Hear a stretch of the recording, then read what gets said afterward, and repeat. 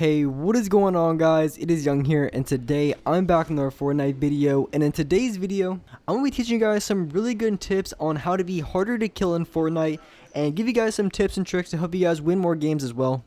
And before we get into the video, I have a V-Buck giveaway. If you guys want a chance to win some free V-Bucks, all you need to do is to drop a like on this video, make sure you guys subscribe to the channel, turn on my notifications, and leave a comment down below of your Xbox gamer tag, PSN gamer tag, or Epic account. And in this video, make sure you guys have me supported as a creator on the item shop. All you need to do this is go to the item shop, hit X, type in Young Humor. That's all you have to do, and you will have me added and supported as a creator. And alright guys, let's go right to the video.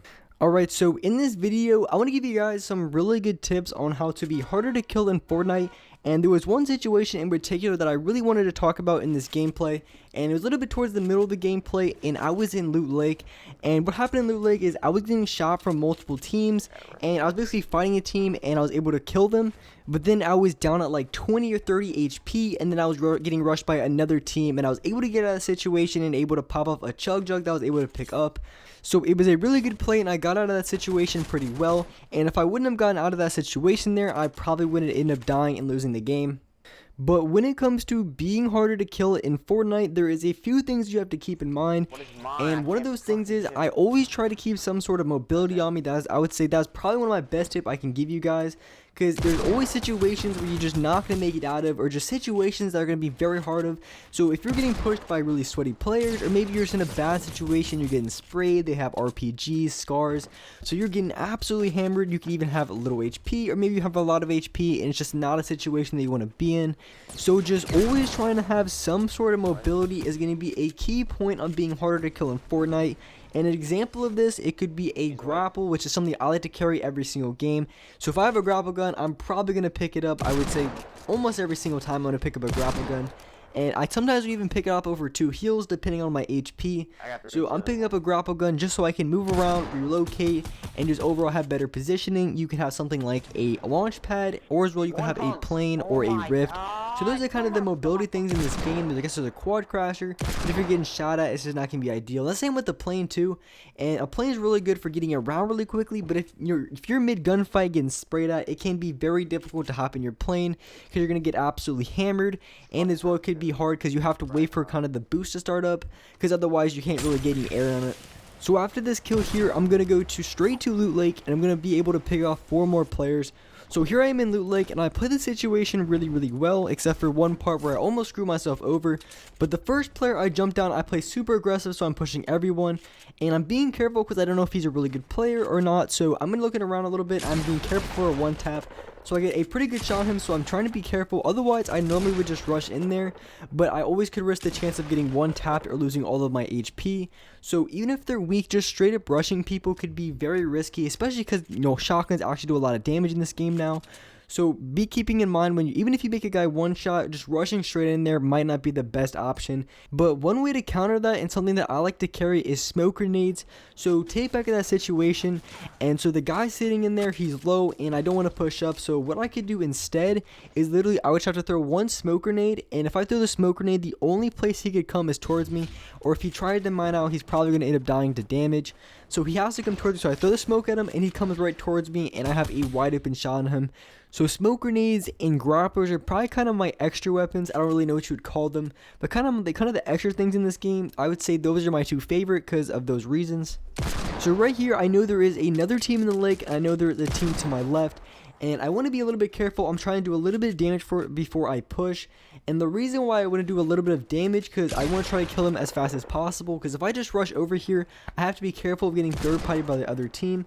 And after I hit this player for 137 or 136 in the head with the deagle, I decided to just rush in there. And that's another reason why I love the deagle. If I had an AR and SMG, he probably wouldn't have time to react. But just because I had the deagle in that situation, he had no time to react. I was just ripping through his walls, and I was able to pick off a quick 200 damage. And that's one thing I like to do. If someone's boxed in and they're not ready for it, I would just go up against their wall, pop a deagle, and I would be inside of their box immediately. And once I'm in their box, I can line up a pretty easy headshot because they're not going to be ready for it. And it's just one of those things, because once you go in someone's box, you risk being trapped. But because of the deagle, even if they put a trap down, I can immediately get out of their box pretty easily unless they're ready for it. And they can keep turbo building building, but at the same time I could just shoot downwards, I can shoot to my left or right, and it's pretty much almost impossible to read. So going into their box really isn't too risky at all if you have a deagle, because you can easily pop out their walls. So here with the team shooting grenades at me from Loot Lake, what I should have done is I should just back up to the factories or waited for them to push me. I made a pretty bad decision. I decided to just go over there and go full send in there, especially because it was only connected up to one ramp. So I got shot out, I got hit with a pump shotgun or something like that. So at this point, I'm just trying to get out of the situation. This guy tried to knock me out. I put a trap down, went up, his teammate was there as well, and somehow they were both able to avoid the trap, but I was able to get the edit play down and finish off his teammate. Just want to thirst him so I can get his mats, try to see if he has any extra HP or health, and he did end up having a chug jug. And since my HP is so low, I really want to get off my chug jug, but you guys are about to see the other player or the other teammate is going to be right around me.